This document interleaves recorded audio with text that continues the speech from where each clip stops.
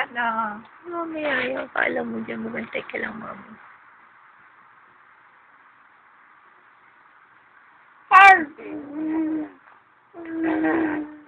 Bakit siya gagawin?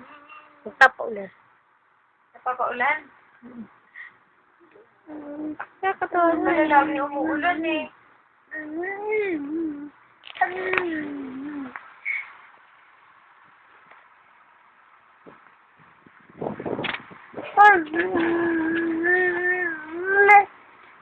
Gusto ko yung mukha niyang maasim.